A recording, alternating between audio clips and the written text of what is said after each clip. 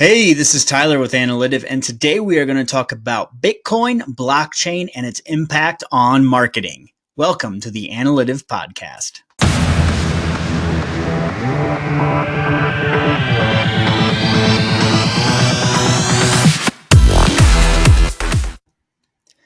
Okay, so what is blockchain? Okay, that's a really good question. In order for us to even begin to think about how blockchain will be used in marketing, we first have to understand what blockchain is.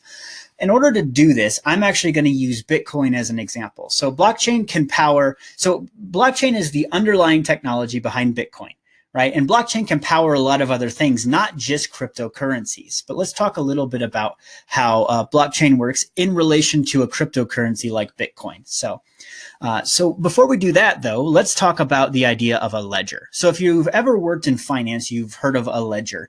A ledger is basically a series of transactions that occur. Say that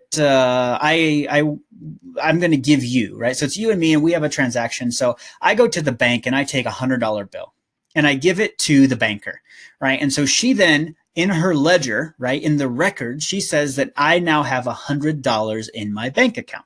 Okay, so she's adjusted the ledger to give me plus $100 to my bank account.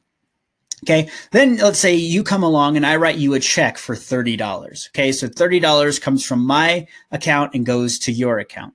All of these transactions are recorded in a ledger. Okay, now the problem with this, and it's not a huge problem most of the time, but the potential problem is that this ledger is in the hands of the banker. The banker is what we call a trusted third party, meaning that she can mess with it. She can change it, right? We're trusting that she actually is an honest person, that she won't make a mistake, that she won't cause an issue, that there won't be any errors in the transaction. We are trusting this banker. There's one ledger. It's a centralized ledger. This is how most financial transactions work right now. We have a centralized ledger where everything is recorded. This is also how a lot of software is used. So for example, Facebook, Google, all of these software packages, they are centralized, meaning that Google's servers are what store all of the data. Blockchain takes this and flips it on its head. It says, we want to make everything decentralized. Well, so how do you make a decentralized currency? What you do is you give everybody a copy of the ledger. So now imagine that we do the same transaction, but instead of me walking into a room with one banker, imagine I walk into a room and there's 100 people and everybody has a copy of this ledger, right? So if I write you a check out of my $100 and I say, I am giving you $30, everybody, all 100 people record this in the ledger, right? And then it's decentralized. So then you can't change it in the way that you could maybe manipulate a banker, right? So with a banker, you could maybe slide him a 20 under the table and say, hey, actually say he gave me more than this or less than this. They could make a mistake. But here, all the ledgers are recording the transaction, right? All 100 people. This is a distributed ledger, and it allows tools like Bitcoin to be decentralized, okay? So then the blockchain is what actually works under this. It's the technology that underlies this whole process. And the idea is that there's these blocks of data that are connected to each other through encryption, right? And I'm doing a vast oversimplification here. But the idea is that for example, on the Bitcoin network, I think every block is about 1 megabyte.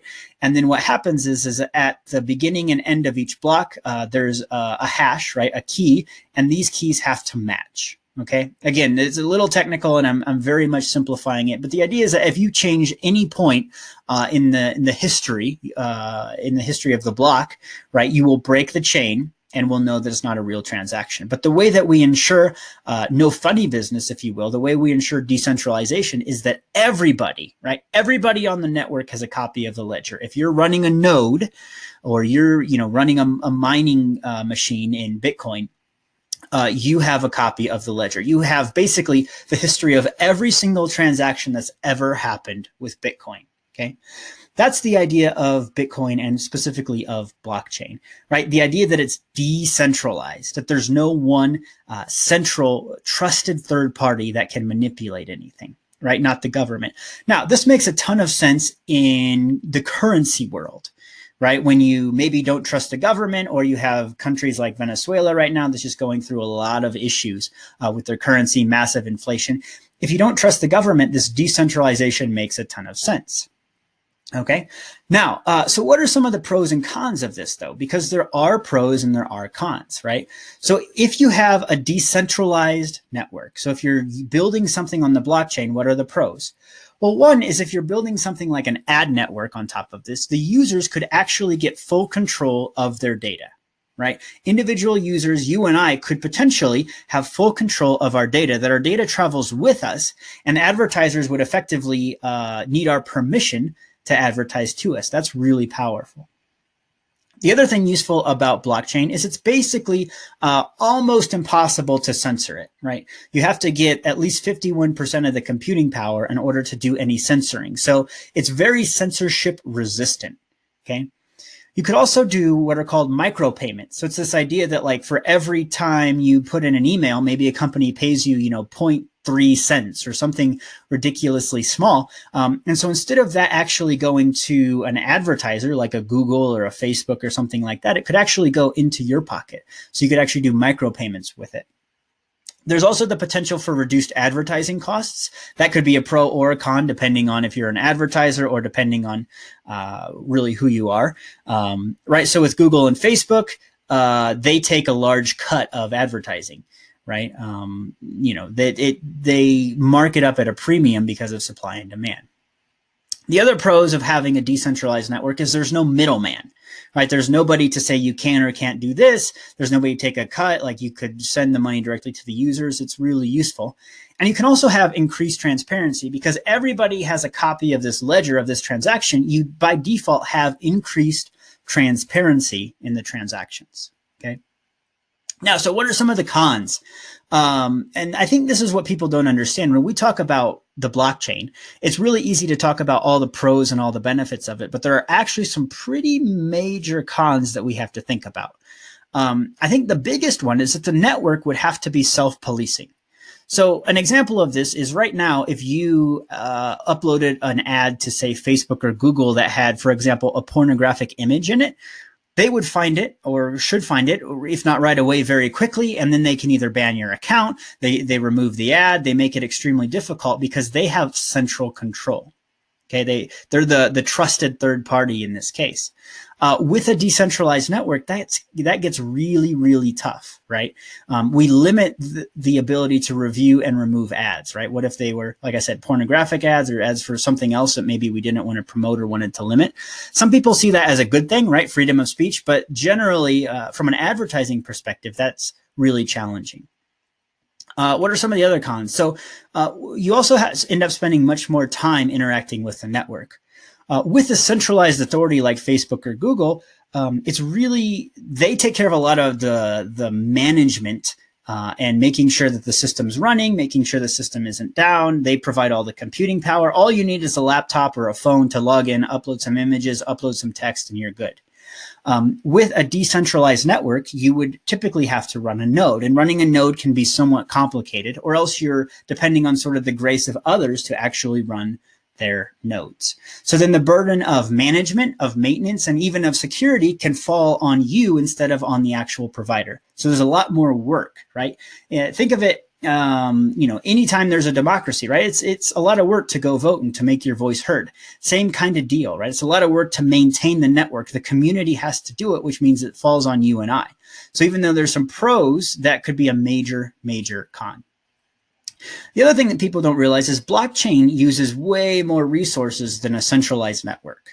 Okay, so if everybody has a copy of this ledger, if everybody has a copy of the blockchain, that's hundreds, sometimes thousands, tens of thousands, or maybe even millions of copies of this blockchain that are out there that need to be replicated. And every time one change gets made, it needs to be pushed. Right? It needs to be pushed across the network to all other 10,000 or 100,000 or million of these machines. Okay.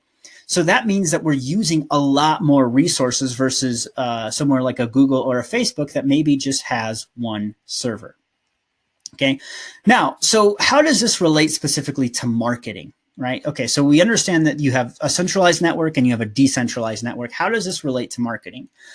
There's some really interesting experiments happening in the marketing space, right? There's the folks over at Brave, the Brave browser, and the BAT, the basic attention token, the BAT, basic attention token. They're trying to build actually a decentralized ad network on top of Ethereum. Okay. So it's some really neat things happening in the space. As marketers, is this going to take off? I don't know.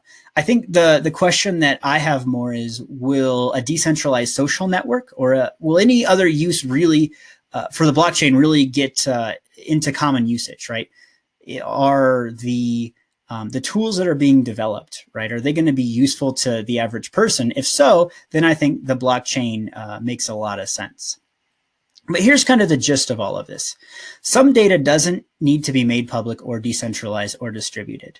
I get emails all the time of initial coin offerings, right, where people are building technology on top of the blockchain. And I won't get into ICOs right now, but I saw apps that, want to index coupons on top of the blockchain, apps that want to index any kind of data on top of the blockchain, right? And effectively, the blockchain is, again, just a decentralized database. So you could build any of these same apps with a centralized database, and it would be far more efficient, it would be far easier, and it would be far simpler, generally speaking. So the question that I have as we look at some of these companies is, what's the value in the decentralization, right? Does it need to be centralized or does it need to be decentralized? Okay. I think in my case, at least in my belief, the burden really falls on the app developer to prove that it needs to be decentralized, right? Why does the community need to take ownership of this? If we don't have a good answer for that, blockchain probably isn't the best tool to use to build that app, right? You might as well just use a database. If you want to index all of the coupons in the world that exist, do it in one central database, not on a decentralized database. So for blockchain and marketing, what does it mean? Well, first of all, it's kind of too early to tell, right? I don't want to say it's not going to have an impact.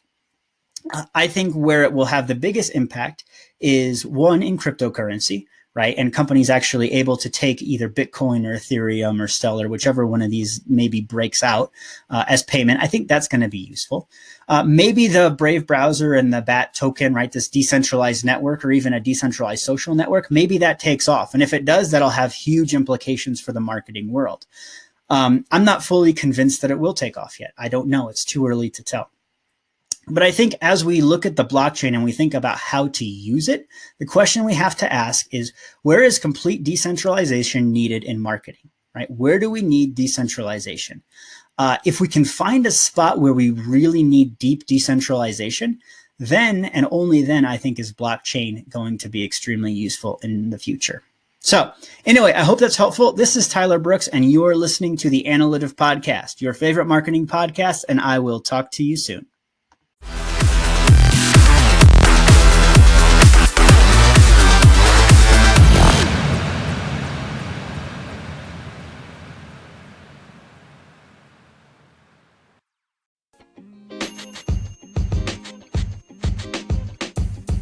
The podcast you just heard was recorded with Anchor. If you want to make your own, download the Android or iOS app completely free from anchor.fm/podcast. That's anchor.fm/podcast.